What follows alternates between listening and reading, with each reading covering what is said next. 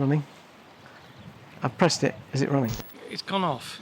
Are you ready? Don't laugh, it'll wobble. Are we running, Alison? We are. We are, thank you. Hello. Welcome to my garden.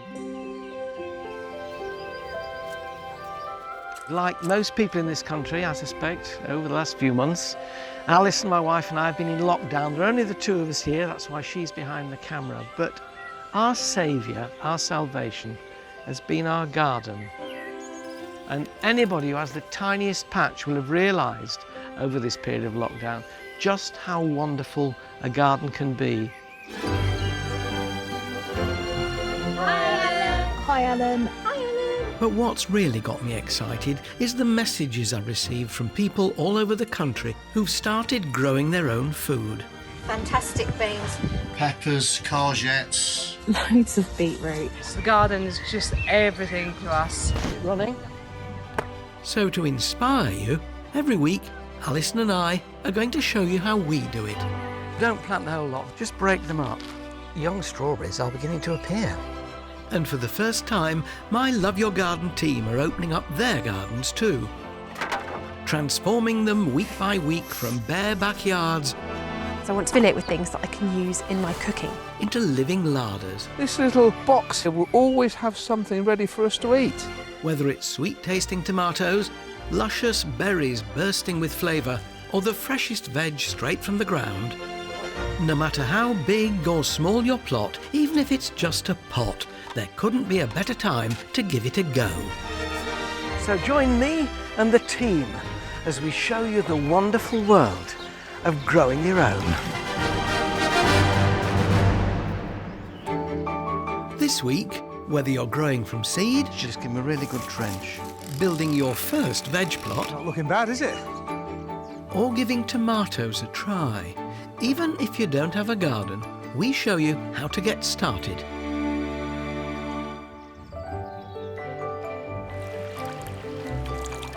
There are many things I love about my garden, but there's one bit I can't be without. OK, Alison, follow me to the veg patches. The first rule of growing healthy produce is that you need a sunny spot and good quality earth. We're on chalk, clay and flint here, which is not particularly good soil. So 15 years ago I made 3 giant raised beds that I've filled with good soil. This one here's got some herbs at this end. And this is the heart of my fruit and veg garden. We've got some shallots there, onion sets, a row of strawberries and more strawberries on the end because the grandchildren love them. What I want to show you today is how I grow vegetables from seed, and step 1 is to prepare the soil.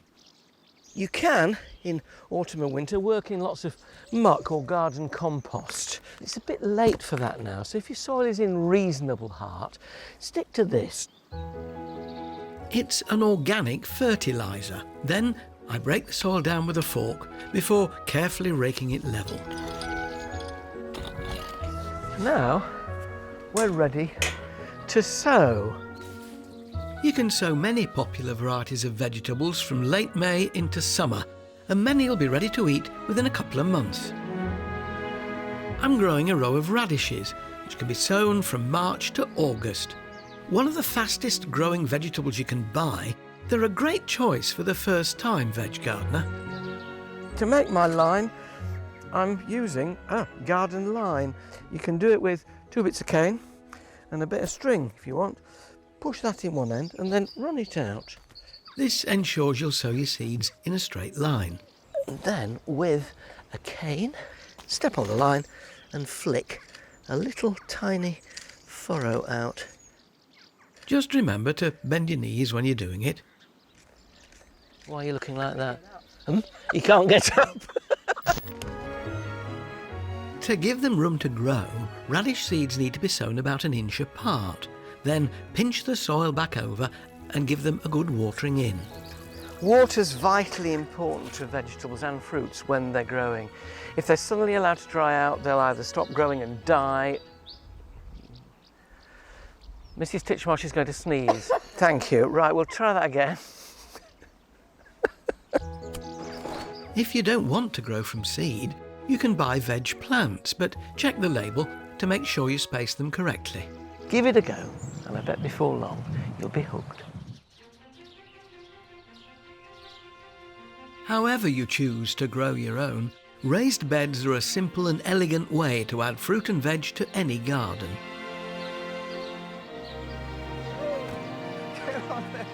In Warwickshire, our David Dominy relies on his traditional veg garden to feed his young family. Now I've got a grow your own area at the bottom of the garden. Doesn't look pretty, but it's functional. Now he wants to supersize it, adding 3 new areas to give him food across the whole year. Today, it's 2 new raised beds by the greenhouse.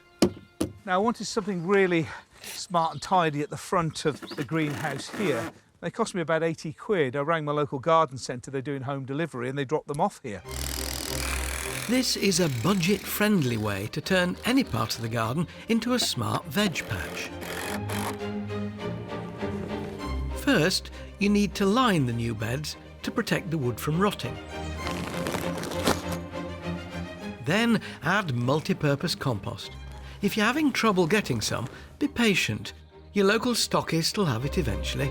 For a professional finish, David's also added an edge made from boards, into which goes a weed-proof membrane. That's a couple down my welly. And a layer of gravel to make the beds easier to access. Not looking bad, is it? Some veg, like peas and runner beans, need something to climb up, so in each bed, David's adding an obelisk. If you can't find one, any strong canes tied together will do. The thing about peas is they need a bit of help. Now's a great time to grow peas either from seed, or as David's doing, from young plants. Peas tendrils here wind around the framework, and it's perfect for holding the peas up. In the left planter, David's also adding spinach, and in the right, a row of baby carrots. Now these are baby onions. So they're going to fair size. You just want to make sure there's enough gap in between each one. And there we are, just to add a little bit of colour. Some violas. What I want to do is to produce a bed that's constantly giving things for the dinner table.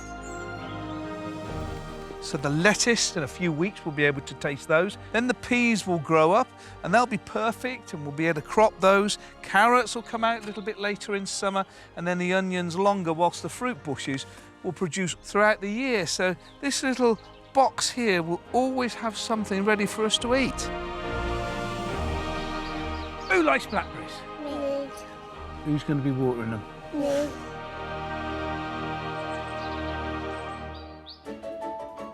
It's one thing planting your new veg garden, but to grow the best possible produce, you'll need to care for it between now and harvest time. Throughout the season, your fruit and veg are obviously going to need water, but what plants also need is food in the form of fertiliser. Blood, bone and fish meal is a really good organic feed, and things like strawberries, well, you can scatter it among them and give them another one in June or July and water it in. Plants in pots, containers, window boxes, liquid feed does for them. That way, you'll end up, I hope, with a bumper crop. Whether you have acres of space or a tiny patio, growing your own couldn't be easier. You can even do it indoors.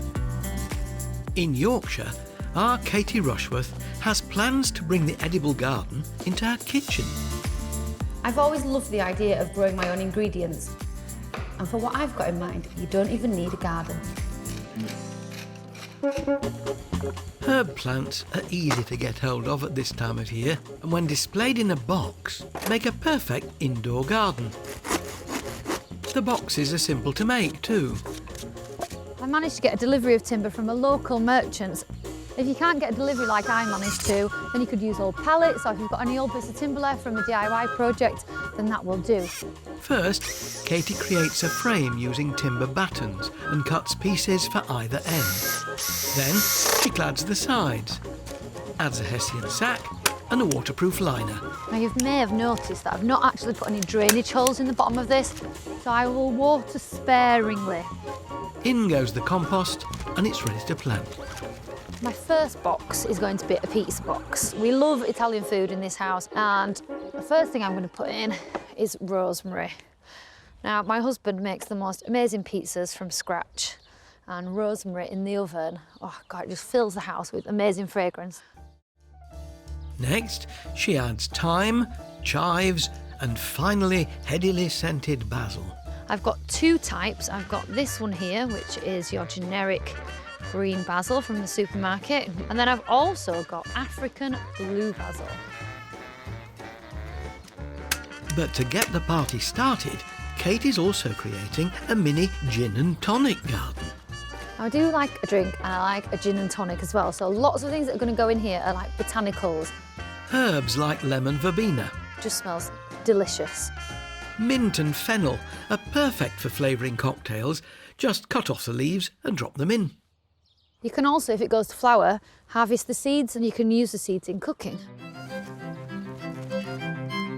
And no gin and tonic would be complete without ice and a slice. Well, citrus trees are notoriously difficult to grow, but I thought I'd give it another try.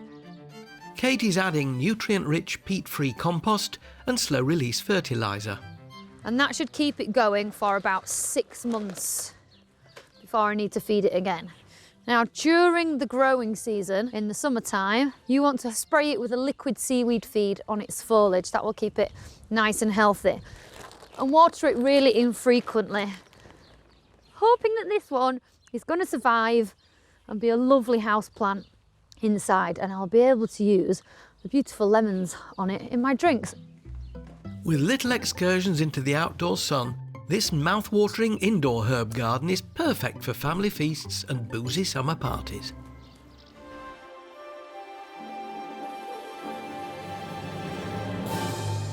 When it comes to growing your own, in the height of summer, a garden full of tasty treats can be a feast for the eyes. As I discovered in a garden in Charlbury last summer that looks as good as it tastes. Don't feel you've got to stick your veg beds right down the bottom of the garden. These are quite near the house because they look good. This one, packed with strawberries. This one, lovely obelisks, which can be there right the way through the winter when there's probably not much going on. Behind me, a globe artichoke.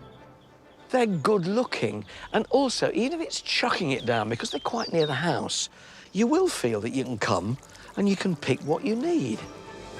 They've also used a cottage garden trick, combining pretty flowers with their fruit, veg and herbs.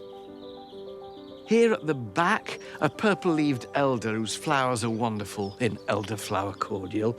Among the peonies and the tulips, we've got raspberries pushing up, rosemary, even rhubarb. So you've got here a garden which is beautiful to look at, but very useful for the kitchen.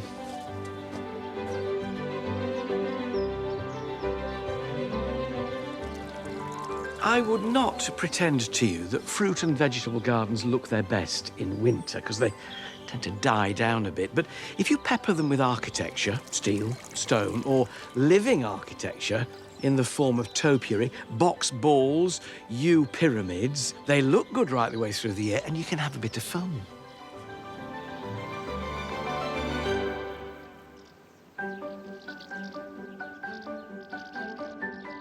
Whether you're devoting your entire garden to fruit and veg, or just a corner, a little space can go an awfully long way. In Folkestone, our Francis Tophill has just moved into a small terrace house. Luckily, I'm here in lockdown with my partner, who's pretty handy with a camera, so he'll be filming me for this. But the house comes with a tiny, narrow, L-shaped plot. The garden itself is very, very small. So I want to make it much more colourful, much more me, and fill it with things that I can use in my cooking. Over the next few weeks, Francis will attempt to transform this space into an edible flower garden, with not one, but 3 different grow-your-own areas, all in a 5-metre-long space. This week, she's starting with the wall. Way too much painting. The idea is just to create this really lovely asymmetric shelving structure that will be filled with pots full of plants. Shelves against a warm wall are a great option if you don't have the floor space to grow your favourite edibles. But not just any old edibles, really unusual things that I like to grow and I like to cook with. And one of my favourites for that is this. It's called Vietnamese coriander. And you can see it's got beautiful leaves, but it tastes amazing. The more you chew it, the hotter it gets in your mouth. But what you can do is you can take some cuttings, and these ones I did a week ago today, stick them just in a glass of water on the windowsill, and they root so easily. She's also experimenting using veg from the supermarket. Something you can grow are members of the ginger family. You can just buy a tuber like this, lay it fairly shallow in the pot, put it on a windowsill just to get it started, and then it should grow up. Now these ones have been sitting most of the winter, and you can see already they're growing really fast. So once you break that dormancy, they'll grow away, and then hopefully by the end of the year, I'll have really big ginger plants. And about 10 months to a year, the roots will start spreading and I'll be able to start harvesting. Another lovely feature against this wall is going to be some espalier fruit trees. If you're only going to grow one tree in your new garden, make it an apple. You get stunning blossom in the spring and fruit from summer to autumn. Frances has been growing 2 compatible varieties, including this Laxton's Fortune over the winter. And when you plant any apple, you need to remember that usually you need 2. Some are self-fertile, but I have another here, which is a heritage one, and that is called Ingrid Marie. And that one will allow this to cross-pollinate, which means hopefully this year I will get some fruits. An espalier tree is manipulated to get the maximum amount of produce in a limited space. If you have limbs which are down flat, then you'll find that they'll ripen a lot better. And this is a lovely sunny wall for most of the morning, so we'll have lovely ripening fruits here. The side branches are trained along the wire, and any that grow straight out from the wall that affect the shape are removed. With some instant colour added to the base of the tree, stage 1 is complete. So hopefully this year I will be able to pick delicious apples from my very own tree.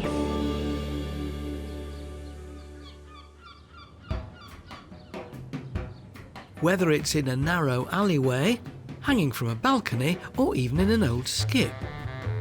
Such are the delights of growing your own that passionate veg growers will do it anywhere. A lot of people were saying, oh, it's not possible, it can't be done. You immediately want to try. Londoner Wendy Shillham does it on her roof. It was an experiment. I didn't mind if it didn't work. I really just wanted to see what I could grow. I've got runner beans here and French beans. It is extraordinary what, a little bit of foliage does to the soul.